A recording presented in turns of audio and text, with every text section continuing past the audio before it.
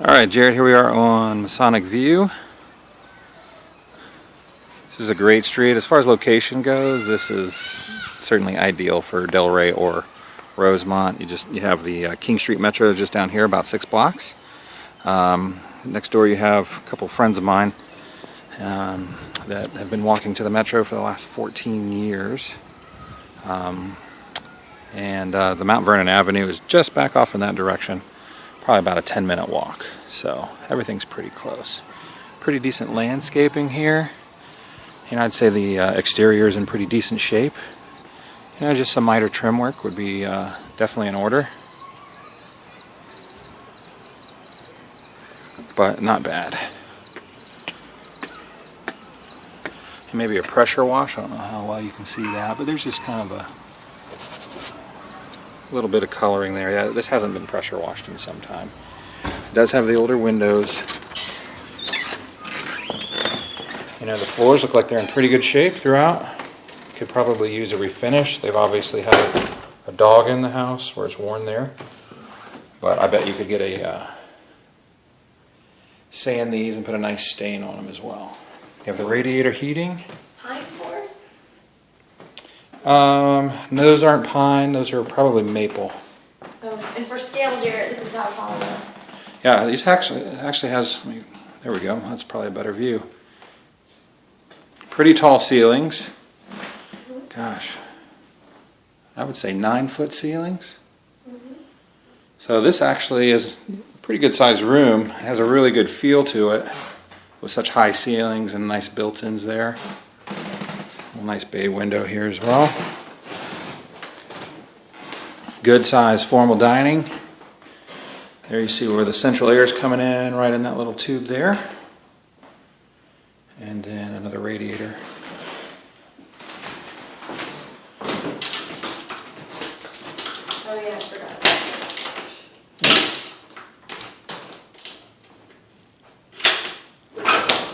Let's just take a peek out here. Got a little porch that certainly could be refinished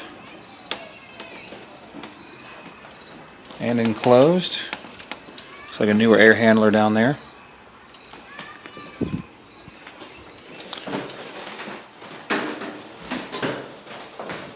Alright, into the kitchen. Kitchen's pretty good size for one of these older farmhouses. These are typically tiny on these old houses, but this has good space, gas range, certainly older cabinets. They kind of add to the charm a little bit. You could maybe put in a new countertop to really upgrade things, maybe an undermount sink. They've done the hardware, the silver hardware there, and then you have some nice built-ins back there. I don't know if you can see this. Yeah, you can see it pretty well in the video there. A couple different spots in the ceiling. They've had some amateur repairs done. That could be replaced pretty easily. Take that to the backyard. And maybe get a new storm door on here. Deck's good size. And you have a very usable backyard. And then possibly getting a grandfathered shed. They have a shed there, these folks, the one back there, and then this one here. So you could petition to the city that everybody else has one and would be conforming to the rest of the neighborhood. Certainly room for quite a few cars here along the side. Quite a few. Get a couple more collectors. Alright, a couple of built-ins here. Little pantry. Let's take a look. You have a side entry here. Now these basements do have a tendency to get wet on huge storms. We don't have a lot of those, but you can see there's just some things that you could pretty up, get some nicer finishes put on these. You have a sump pump underneath there. Oh, okay. That's what I wanted to ask you about. What is this situation? Do you know? I'm not sure what's behind there. That's an old radiator. Cover. Pull that back. Cover. Oh, that's your water shutoff. Oh, okay. Right there. Oh, weirdly behind us. I don't know what this platform.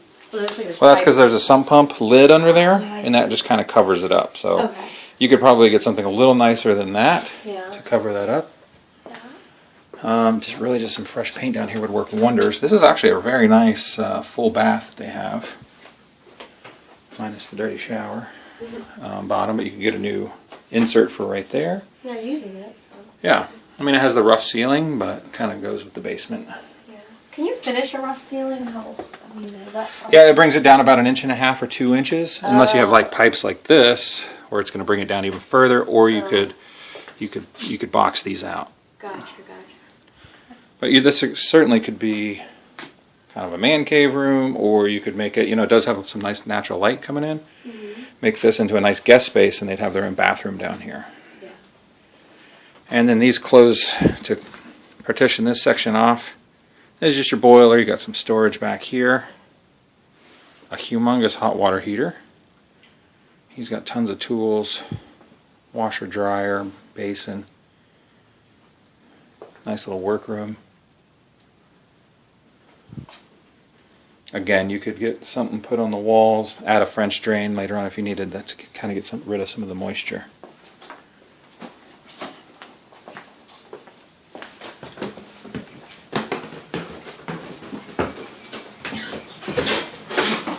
All right, to the top.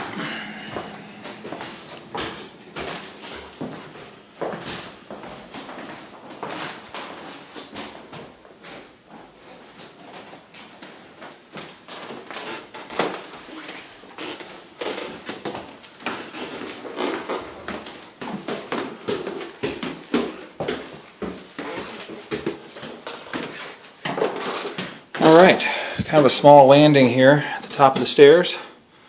Directly above us we do have attic stairs for some storage.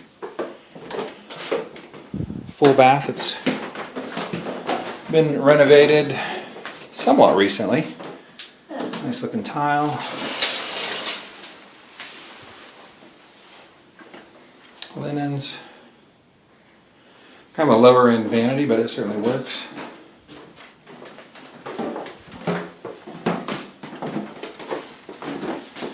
Directly to the left, probably it's 2 kind of smaller bedrooms here.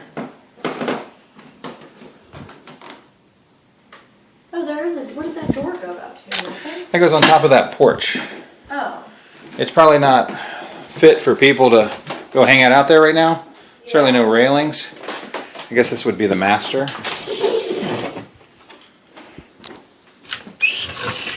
Just give you an idea of size there.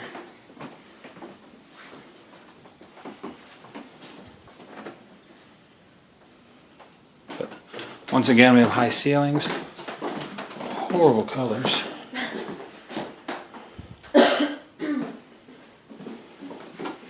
Decent sized rooms for this neighborhood for sure. And of course your tiny closets, which are typical. One last thing to point out that Caitlin was talking about earlier is, there's plenty of room now, but with good sized backyard, you could do some sort of bump out, kind of like they have next door here. And they still have room for a patio down there. Probably about $200,000 to $250,000 to put on an addition like that. And that house next door would probably sell anywhere from $950,000 to $1 million. Has a similar type basement set up. So there we have it.